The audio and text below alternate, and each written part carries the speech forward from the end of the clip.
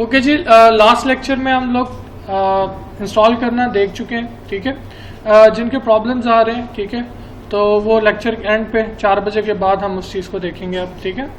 और last lecture में हम लोगों ने 2 चीज़ें की थी। एक ये हम लोगों ने देखा कि हम कंट्रोलर क्लासेस किस तरह क्रिएट कर सकते हैं, ठीक है, और उसके अंदर हम लोगों ने डिफरेंट फंक्शन 2 या 3 क्रिएट किए थे, ठीक है। फिर हमने लोगों ने देखा कि अगर हम लोगों ने उन फंक्शंस को एक्सेस करना है तो उनको एक्सेस करने के लिए हमें राउट रजिस्टर करवाना पड़ता है, ठीक है। तो वो हम राउट्स का एक फोल्डर है जिसके अंदर web.php की फाइल है, उसके अंदर हम अपने राउट क्या करते हैं, रजिस्टर करवाते हैं, ठीक है जी। आगे हम कंटिन्यू करते हैं, ठीक है। हम पैरामीटर भी कर चुके हैं लास्ट लेक्चर में, ठीक है। आज हम ये देखेंगे कि हम लोगों ने 3 चीज़ें कही थी कि हम यूज़ करेंगे, model, view and controller. Controller हम लोग लास्ट लेक्चर में डिस्कस कर चुके हैं, आज हम थोड़ा सा डिस्कस करेंगे व्यूज़ को, ठीक है। ओके जी, राउट को हम इसी तरह रहने देंगे, ठीक है, इंडेक्स एम्प्लॉय और नेक्स्ट जी। अच्छा जी, हमारे पास एक फोल्डर है रिसोर्स का, ठीक है जी, और उसके अंदर हमारे पास एक फोल्डर है व्यू का, ठीक है। इस व्यू फोल्डर के अंदर हम क्या करते हैं, व्यूज़ की फाइल क्रिएट करते हैं, ठीक है। अब यहाँ पे नॉर्मली जो हम फाइल क्रिएट करते हैं वो एक्सटेंशन विद .php करते हैं, ठीक है। यहाँ पे जो हम चीज़ यूज़ करेंगे कि लारावल के अंदर एक टेम्पलेटिंग इंजन है जिसका नाम ब्लेड है, ठीक है। उसकी हेल्प से हम क्या करेंगे, अपने लेआउट ब्लेड, ठीक है, उसकी हेल्प से हम क्या करेंगे, अपने व्यूज़ क्रिएट करेंगे, ठीक है। ओके, यहाँ पे अगर आप देखें तो सबसे पहले एक नीचे फाइल का नाम है welcome.blade.php, ठीक है। अगर आपने ब्लेड का टेम्पलेट इंजन यूज़ करना है तो आपने अपना जो नेमिंग कन्वेंशन है वो फाइल का इसी तरह रखना है जिस तरह हमने अब फंक्शन क्रिएट किया इंडेक्स, तो अगर उसके लिए हम व्यू क्रिएट करेंगे तो हम क्या रखेंगे, index.blade.php, ठीक है। ओके जी, सेकेंड चीज़ आपने टाइप नहीं है, इसके अंदर एक इंजन है, मतलब जिस तरह PHP है उसी तरह ये भी एक इंजन है इसके अंदर, ठीक है। इसका क्या काम है कि वो व्यूज़ फाइल को पार्स करता है, देन वो PHP में कन्वर्ट करता है और देन PHP हमारी आगे कंपाइल होती है, ठीक है। ओके जी, जब भी हम व्यू क्रिएट करेंगे, ठीक है, तो आप लोगों ने इस व्यू फोल्डर के अंदर क्रिएट करना है, ठीक है जी। ओके जी, नेक्स्ट हम कंट्रोलर फाइल को ओपन करते हैं। ओके जी, ये हमारा लास्ट क्रिएटेड कंट्रोलर है, ठीक है। ओके जी, अब हमने इसके अगेंस्ट एक व्यू क्रिएट करना है, ठीक है। अब हम लोगों ने कहा कि जी ब्लेड एक टेम्पलेटिंग इंजन है, ठीक है। अब टेम्पलेटिंग इंजन किस सेंस में हम बात कर रहे हैं कि हमारे पास हम लोगों ने स्टार्ट में डिफरेंट लेआउट क्रिएट किए थे जिसमें हेडर था, फुटर था, साइड बार थी, ठीक है, और लेआउट वेरी करते हैं साइड टू साइड, ठीक है। लेकिन आपने एक चीज़ नोट की होगी कि हर साइड में आपका हेडर, फुटर या साइड बार अगर उन्होंने यूज़ किए तो वो कॉमन रहती है, वो चेंज नहीं होती, ठीक है। एक ख़ास स्पेसिफिक एरिया जो क्या होता है आपका चेंज होता है, ठीक है। इस पे हम अभी आगे फर्दर जाते हैं, पहले हम एक व्यू क्रिएट कर लेते हैं। ओके जी, अगर हमने इसके लिए व्यू यूज़ करना है यहाँ पे तो सबसे पहले हम लिखेंगे रिटर्न और यहाँ पे हम एक मेथड यूज़ करेंगे जिसका नाम व्यू है, ठीक है।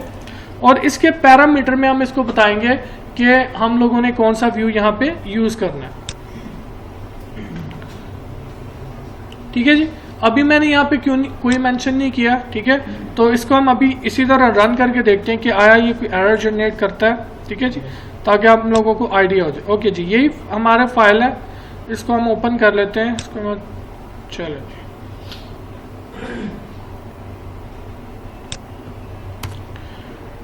ठीक है जी, अब देखें क्योंकि हमने उस फंक्शन को ये नहीं बताया कि उसने कौन सा व्यू लोड करना है तो उसने हमें क्या कर दिया, एरर थ्रो कर दिया, ठीक है।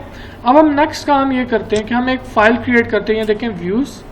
यहाँ पे आप डायरेक्टली इस जगह पे भी मतलब मेन डायरेक्टरी में भी क्रिएट कर सकते हैं, लेकिन एक अच्छी कन्वेंशन ये होती है कि जब आप जिस नाम से कंट्रोलर क्रिएट करते हैं आप उसी नाम से एक डायरेक्टरी क्रिएट कर लें और देन उस डायरेक्टरी के अंदर जिस नाम से आपने उस कंट्रोलर के अंदर फंक्शन क्रिएट किए हैं उसी नाम से आप व्यू की फाइल क्रिएट कर लें, ठीक है।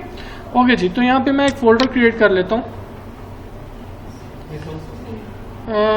रिसोर्सेज में व्यू के अंदर। ओके जी, डायरेक्टरी और इसका हम नाम हम देखते हैं, कंट्रोलर का हमने क्या रखा हुआ है, एम्प्लॉय जी, तो हम इसका नाम भी एम्प्लॉय रख लेते हैं।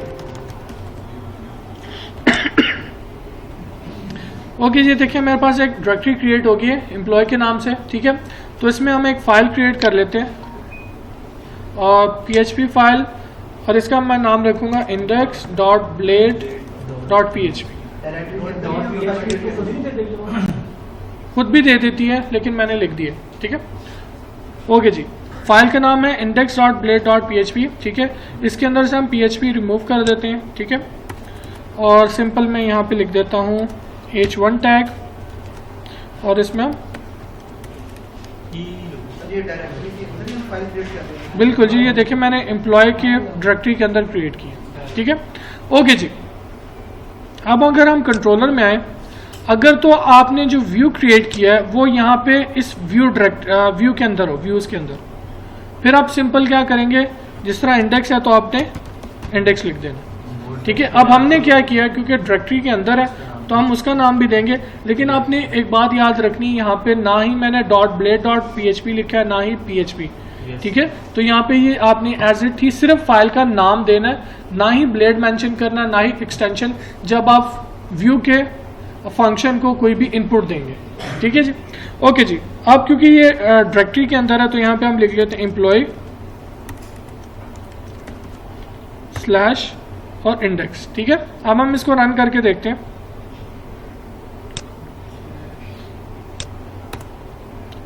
ओके जी, ये देखें कि हेलो मुझे क्या हो गया, प्रिंट हो गया, ठीक है। तो अगर हम यहाँ पे एक और वे होता है कि आप इस तरह कर लें employee.index, ठीक है, तो ये भी आपको सेम बिहेव करेगा, ठीक है। देख लें कि मेरे पास कोई चेंज नहीं आया। तो आप इन दोनों तरीकों से क्या कर सकते हैं, व्यू को अपनी व्यू फाइल बता सकते हैं कि आपने कौन सी लोड करनी, ठीक है। अब देखें कि ये हमने सिर्फ ये एक फंक्शन क्रिएट किया और यहाँ पे सिर्फ हमने कहा कि आपने ये व्यू लोड करना है, यानी आप हमने कंट्रोलर क्लास क्रिएट की है और इसके अंदर हमने कोई HTML कोई CSS नहीं यूज़ की हो, ठीक है। यही हमारा MVC का मेन गोल है, ठीक है।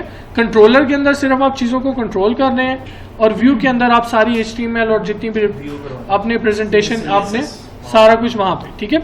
ओके जी, अब देखें कि index.blade के अंदर हम लोगों ने सिर्फ हेलो लिखा। अब सेकंड जो थर्ड कंपोनेंट है वो इसका क्या है, मॉडल।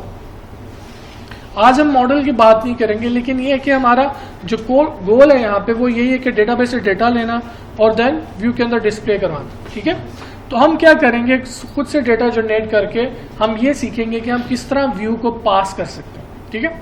ओके जी, तो यहाँ पे मैं एक वेरिएबल डिक्लेयर कर लेता हूँ और $a उसका नाम रख लेता हूँ और यहाँ पे मैं लिख देता हूँ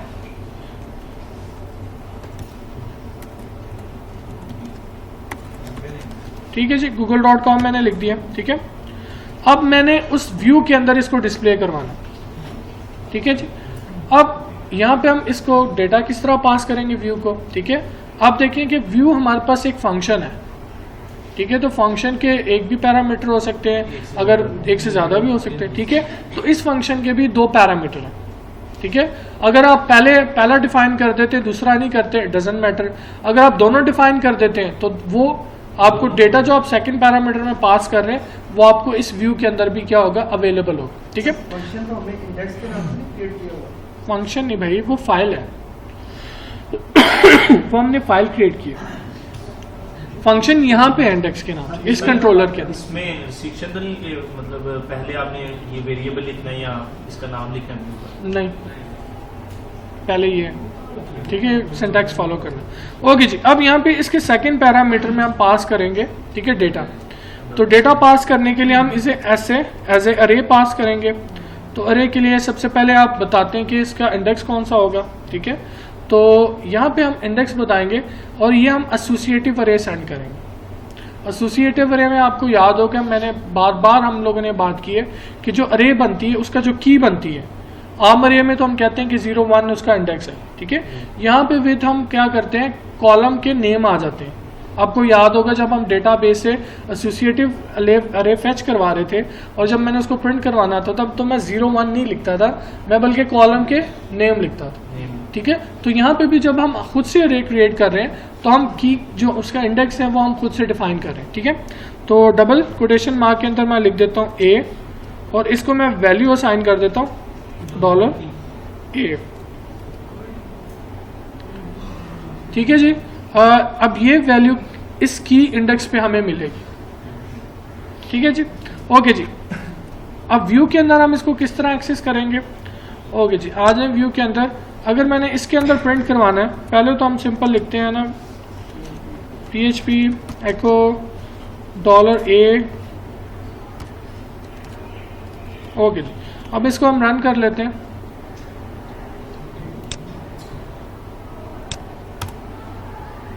ये देखिए जी मेरे पास क्या प्रिंट हो गया, google.com, ठीक है जी। और यहाँ पे हमने कुछ चीज़ एक्स्ट्रा की है, उसको हम ठीक है। ओके जी, इट्स मीन कि हम यहाँ से जो डेटा पास कर रहे हैं वो सक्सेसफुली उस व्यू के अंदर हमारे पास क्या है, अवेलेबल। अब यहाँ पे जो एक याद रखने वाली बात है कि हम ये जो अरे जनरेट करते हैं, ठीक है, जिस तरह मैंने इसको नाम दिया A, ठीक है। अब यहाँ पे नाम मैं दे देता हूँ, चलें जी C। यहाँ पे मैंने नाम चेंज कर दिया, ठीक है, लेकिन वेरिएबल का नाम वही है, ठीक है। अब अगर मैं इसको एक्सेस करूंगा तो ये मुझे क्या देगा, वो तो स्ट्रिंग है, वो तो जो मर्जी। अभी देखें, चेक कर लेते हैं।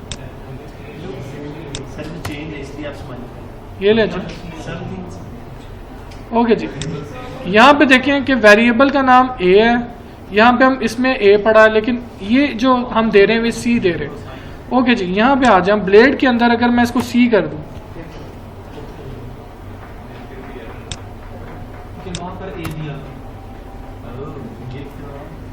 ठीक है जी। ये जो चीज़ यहाँ पे मैं पॉइंट आउट करना चाह रहा हूँ कि आपने वेरिएबल को जो मर्जी नाम दिया हो, लेकिन व्यू के अंदर आपको वो उस नेम से एक्सेसिबल होगा जो आप इंडेक्स में दे रहे हैं, ठीक है। अरे के जो इंडेक्स आप क्रिएट करते हैं, लाराइवल रन टाइम पे क्या करता है, उसी नेम को वेरिएबल में कन्वर्ट कर देता है, ठीक है,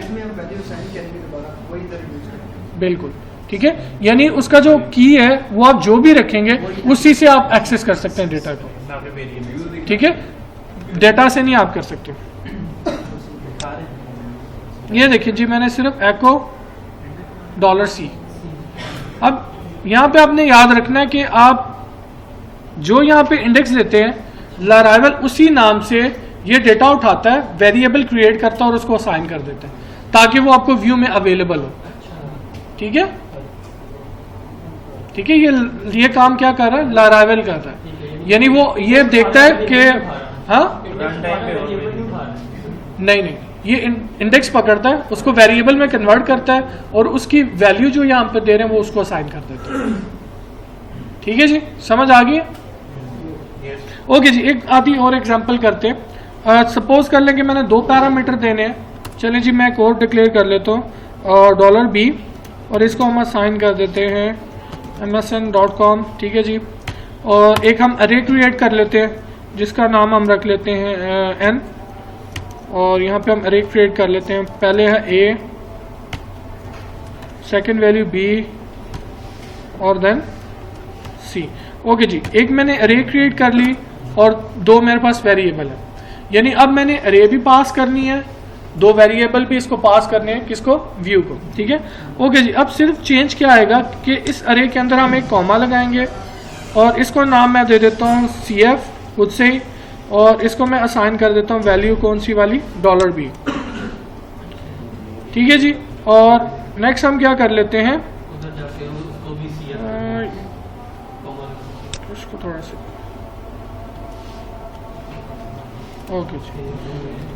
ओके जी, यहाँ पे हम वैल्यू देंगे $B, ठीक है जी। उसके बाद हमने अरे भी पास करनी है, सिर्फ कॉमा सेपरेटेड, और आप देखें पैटर्न वही रहेगा आपका कि आप की इंडेक्स की वैल्यू देंगे और देन इसको वैल्यू कौन सी असाइन है, ठीक है। तो यहाँ पे हम नाम दे देते हैं इसको नेम, और इसको हम असाइन कर देते हैं $N। सर ये जो हमने जब लिखे हैं तीनों के तीनों वेरिएबल्स, अब इसमें एक वेरिएबल कंसीडर होगा इसके व्यू के अंदर? नहीं, ये देखिए ना, मैं व्यू वेरिएबल के अंदर आपने कहा 2 पैरामीटर, इसको एक पैरामीटर ये सारे को लेगा, तो ये हम अरे पास कर रहे हैं भाई, सेकंड पैरामीटर वो अरे है ना, ठीक है। सेकंड पैरामीटर में हम अरे पास कर रहे हैं, तो एक ही पैरामीटर ना अरे, हाँ अरे तो एक ही, ठीक है। ओके जी, इसको हम इंडेक्स भी सारे इसके चेंज करेंगे, ठीक है। इंडेक्स हमने चेंज किए हुए, मैं इसी को कॉपी पेस्ट कर लेता हूँ। ओके जी, इसको हमने नाम दिया CF और इसको हमने नेम। ओके जी, इसको हम रन कर लेते हैं। ओके जी, रन किया हम लोगों ने, ले जी हमें एरर आ गया। पहले गलत बताया। एरर उनका आइडिया ठीक है, क्योंकि लास्ट में हम अरे पास कर रहे हैं, हम अरे पास कर रहे हैं, लेकिन यहाँ पे हम इसको क्या कर रहे हैं, बिल्कुल जी। तो यहाँ पे हम इसको सिंपल ये लिखेंगे। अब हम इसको एको नहीं करवा सकते, तो हम print_r का फंक्शन यूज़ करेंगे। और इसके अंदर ठीक है जी। ओके जी, रिफ्रेश करते हैं अगेन, लें जी google.com, amazon.com और ये हमारी अरे भी क्या हो रही है, लिस्ट हो रही है। ठीक है जी, इस तरह हम क्या कर सकते हैं, फ्रॉम कंट्रोलर टू व्यू हम क्या कर सकते हैं, डेटा पास कर सकते हैं। ठीक है जी, ठीक है जी। ये देख लें कि कंट्रोलर के अंदर एक ए वेरिएबल है, एक बी है, एक अरे है। ठीक है, यहाँ पे जो मैं चीज़ बार बार रिपीट कर रहा हूँ कि जब इसके सेकंड पैरामीटर में आप अरे पास करेंगे तो यहाँ पे ये जो नाम देंगे आप इंडेक्स, इसी नाम से ये वेरिएबल आपको व्यू के अंदर एक्सेसिबल होगा। ठीक है, ये बात लाजमी याद रखिएगा। ठीक है, ओके जी। नेक्स्ट हम प्रीवियसली थोड़ी सी बात कर रहे थे टेम्पलेटिंग इंजन की। ठीक है, जिसमें हमने कहा कि हेडर और फुटर हमें सेम चाहिए, लेकिन एक ख़ास पोर्शन चेंज क्या होता है, हर दफ़ा चेंज हो रहा होता है। ओके जी, इस चीज़ को हम इसमें किस तरह अचीव करते हैं कि देखिए, व्यूज़ के अंदर मैं एक फ़ाइल क्रिएट कर लेता हूँ न्यू, और इसका नाम मैं दे देता हूँ layout.blade। ठीक है जी, चलें जी, .php हम कहते हैं खुद ही आ जाता है। चलें जी, खुद ही आ गया, हो गया। ओके जी, यहाँ पे हम सिर्फ सिंपल ये काम करेंगे कि यहाँ पे हम अपना लेआउट क्रिएट करेंगे। ठीक है, जो हमने एक डिफ़ॉल्ट रखना है, तो यहाँ पे हम लिख लेते हैं HTML:5। जी बिल्कुल, ठीक है।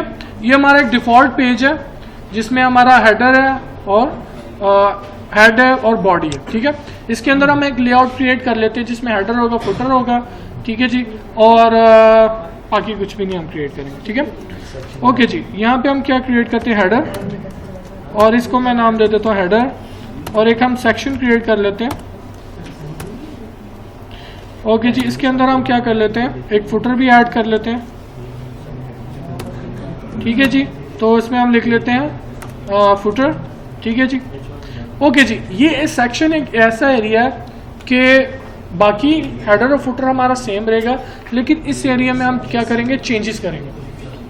ठीक है जी, ओके जी। अब यहाँ पे आपने याद रखना, ब्लेड इंजन में वो सारी फंक्शनैलिटी आपके पास अवेलेबल है जो PHP में। ठीक है, अब देखिए कि अगर आपने ब्लेड इंजन को यूज़ करना है तो सबसे पहले आप ऐड लिखेंगे और कंट्रोल स्पेस करेंगे, तो ये देखें choice, each, else, else if, for each, सारी चीज़ें, वाइल, इफ, जिस तरह आपके पास PHP में थी वो यहाँ पे अवेलेबल है। ठीक है, कंट्रोल स्पेस। ठीक है, अब देखिए कि अगर हमने PHP में ये काम करना है तो हमें पहले टैग ओपन करना पड़ता है, देन टैग क्लोज करना पड़ता है। लेकिन यहाँ पे अगर मैंने इफ़ यूज़ करनी है तो मैं सिंपल ऐड इफ़ लिखूंगा। ठीक है, और ये उसके पैरामीटर। ठीक है जी, और देन हम लिखेंगे अगर हमने एल्स करना है तो ऐड एल्स। ठीक है जी, और मेरा ख्याल से ऐड यहाँ पे एंड, मेरा ख्याल एंड एल्स नहीं है, सिर्फ इसी तरह। चलो जी, ओके जी, इसको हम टेस्ट कर लेते हैं।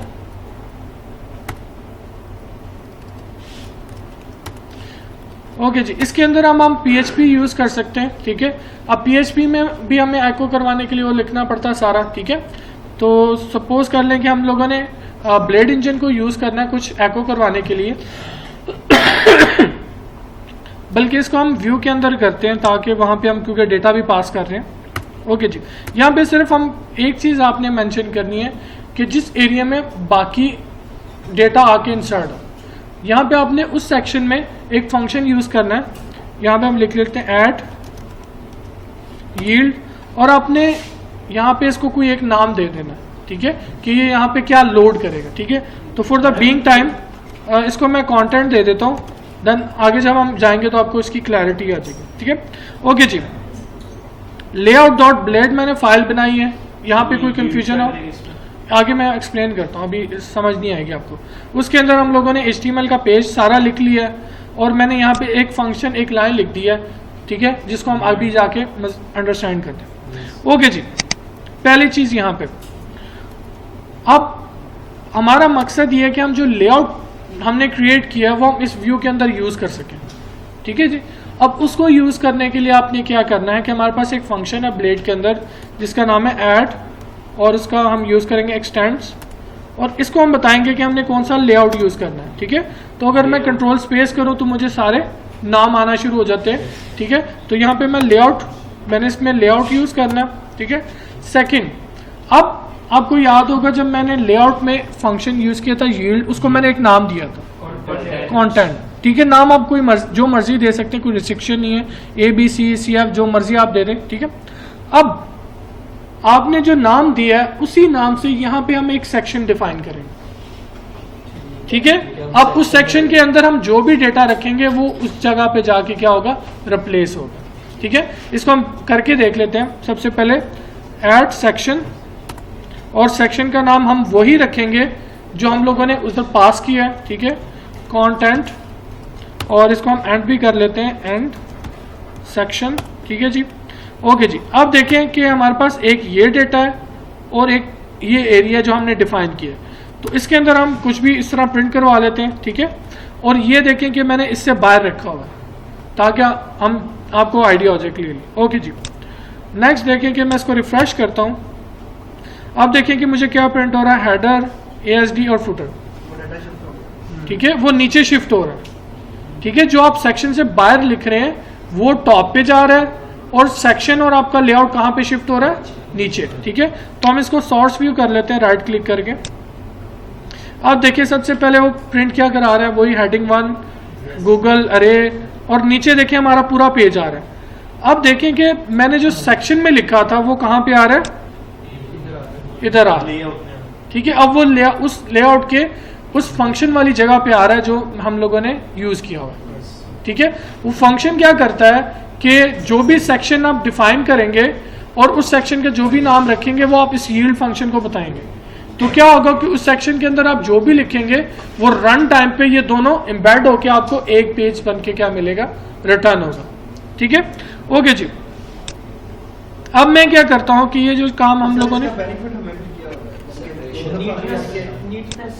अगर हम एक में ये काम कर रहे हैं सेक्शन वाला, क्योंकि हम उसे डाटा सेंड ही कर रहे हैं ना यार, हमारे पास देखें एक पेज तो नहीं होता ना, ये तो एक पेज है, ठीक है। अगर हमने उसमें हमने यूज करना है लेआउट, तो हमने लेआउट हमारा एक ही होता है, तो हमने जिसमें लेआउट यूज करना है अब हमने सिर्फ 2 लाइनें लिखनी, एक ऐड एक्सटेंड और लेआउट बताना है, और एक सेक्शन।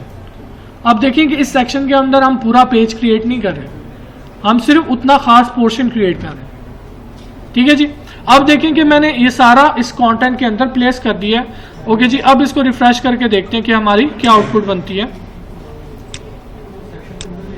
बिल्कुल जी, अब देखें कि पहले हेडर आ रहा है, फिर हमारा सेंटर में कंटेंट आ रहा है, और फिर फुटर आ रहा है, ठीक है। अब देखें कि अगर हम सोर्स को व्यू करें, अब हमारा प्रॉपर एक पेज जनरेट हो रहा है। इसके वो कोड पे जाएंगे,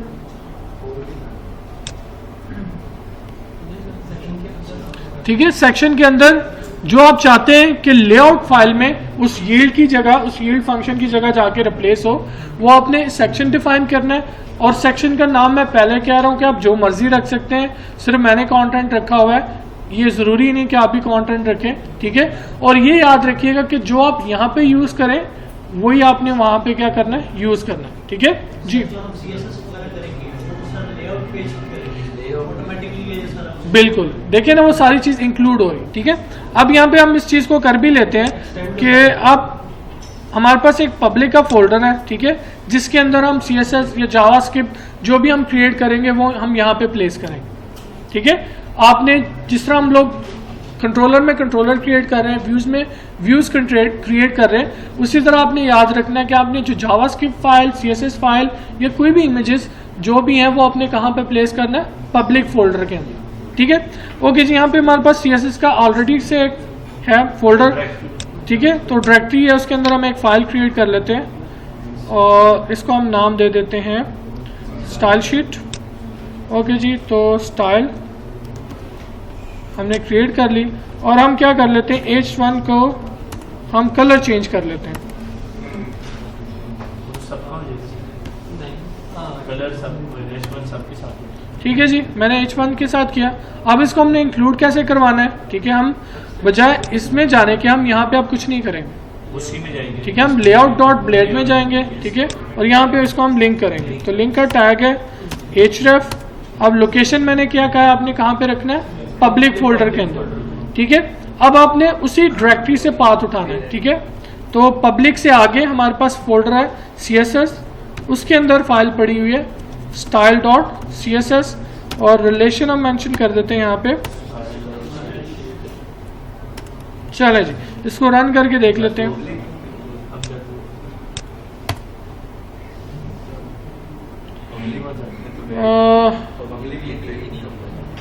क्योंकि आपने डायरेक्ट CSS डॉट नहीं, हम पब्लिक में हैं। कैसे पब्लिक में? ये देखिए ना, फाइल का ये तो पब्लिक है, ये आगे डायरेक्टरी तो नहीं है ना।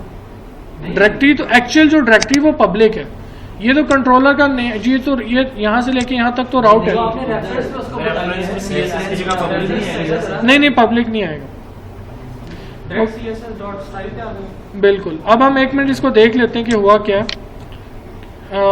व्यू सोर्स किया हम लोगों ने, ओके जी, हमने क्या चीज़ किया है, H1 आ रहा है इसके अंदर, H1, ठीक है, ओके जी। ये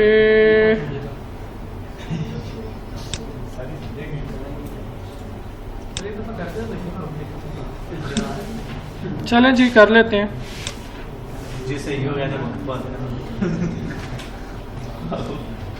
फाइल का नाम एक दफ़ा देख लें, style.css, फोल्डर का नाम भी CSS। सर वो CSS स्टाइल जो CSS दिया हुआ है, CSS लिखना है हाँ पूरे एक्सटेंशन।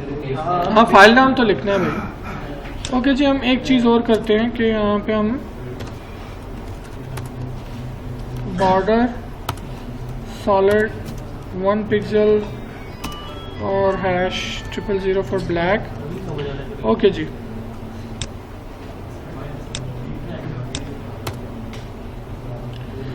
लें जी। एक चीज़ और करते हैं, मेरा ख्याल इस वजह से ना दे रहा।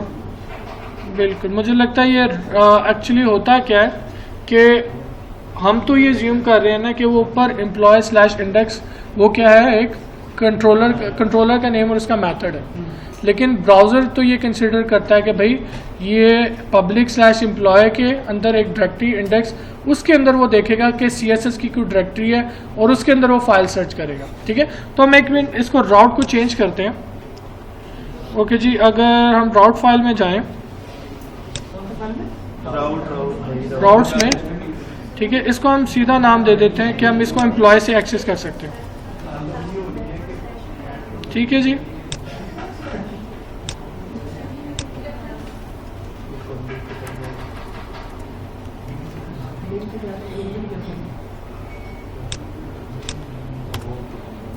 ले जी, ठीक है। तो अच्छा जी, अब क्योंकि बॉर्डर दे दिया ना ग्लोबल सेलेक्टर से, ठीक है। अब एक्चुअल में हो क्या रहा था कि अगर आप ऊपर पाथ देखें तो वो पाथ इस तरह लेता है कि ये जितना भी पाथ हो वो उसको पकड़ता है और जो आपने एब्सोल्यूट पाथ दिया उसके साथ एम्बेड करता है। यानी अब वो कहाँ पे फाइल सर्च कर रहा है, local host, IT, public, employ, और एम्प्लॉय के अंदर हमारे पास इंडेक्स था। अब इसके अंदर वो देख रहा था कि भाई CSS का कोई फोल्डर है और उसके अंदर style.css की फाइल पड़ी। अब देखिए एक्चुअल में तो ये हमारे पास क्या है, ये तो कंट्रोलर का नाम है, ठीक है। तो इसके लिए फिर हम आगे देखेंगे कि हम किस तरह ये इशू रिजॉल्व कर सकते हैं, ठीक है। और हमारे पास क्या चीज़ रह गई, चलें जी, आज के लिए इतना ही काफ़ी है। तो सर एक वो निकालिए जहाँ पे आपने जाके राउट में चेंज किए तो उसका